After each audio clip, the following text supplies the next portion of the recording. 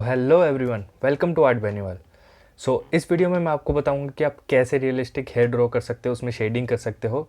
Even ये एक video नहीं, पोर्ट्रेट की पूरी सीरीज़ रहने वाली है जिसमें 4 से 5 वीडियोस होंगी। पोर्ट्रेट के हर फीचर के लिए अलग अलग वीडियो, जैसे कि आइज़ के लिए अलग, नोज़ के लिए अलग, लिप्स के लिए अलग। और ये इस सीरीज़ की फर्स्ट वीडियो है जिसमें आज हम सिर्फ हेयर के बारे में बात करेंगे। तो देखेंगे कि कैसे उसको ड्रॉ करना, कैसे उसमें शेडिंग करनी है, कैसे हेयर्स को और रियलिस्टिक बना सकते हैं। So let's start. ओके, तो this is our reference photo जिसमें से आज हम हेयर ड्रॉ करने वाले हैं, और साथ ही मैं आपको बताऊंगा कुछ स्टेप्स जिनकी हेल्प से आप ये इजीली कर पाओगे। स्टार्ट करते हैं। Step 1, separate the dark and light values.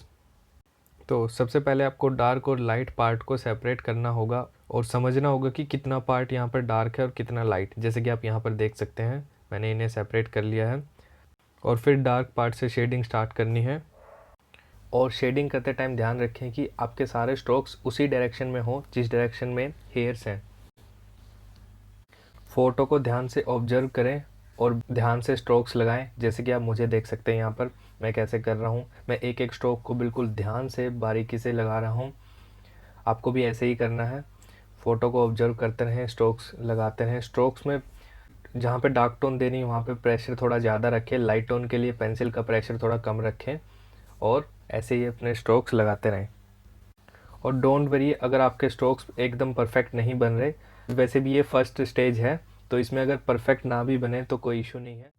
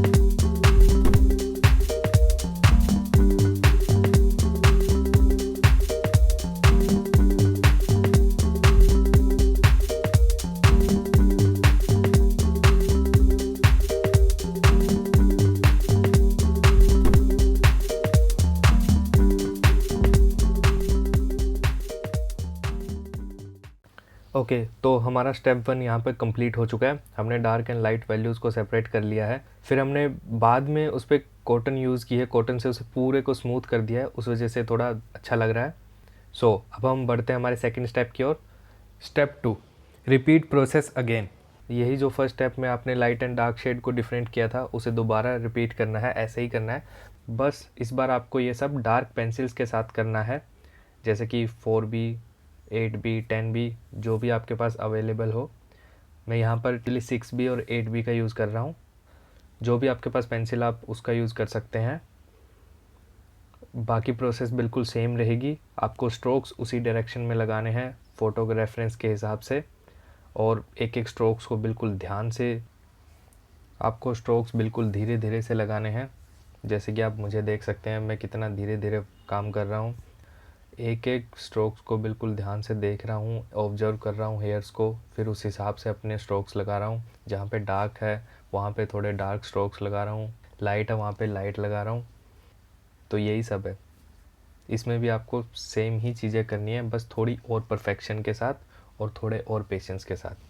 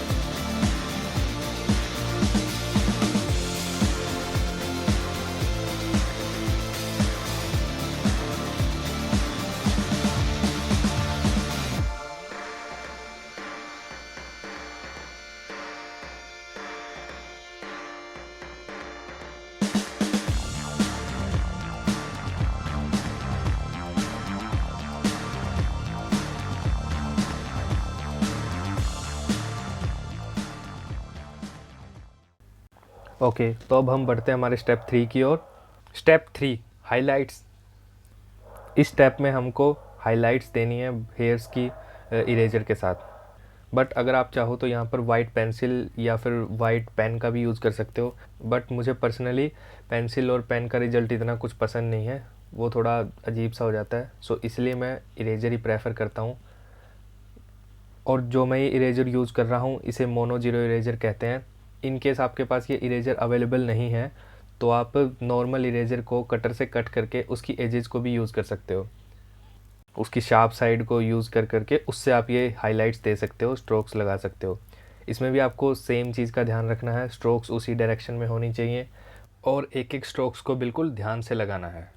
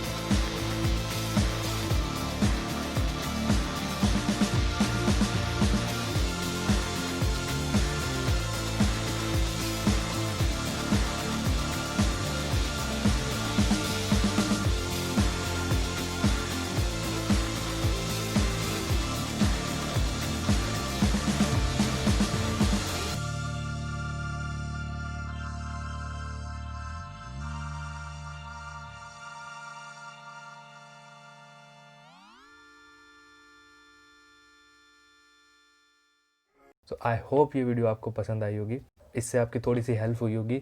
If yes तो just hit the like button.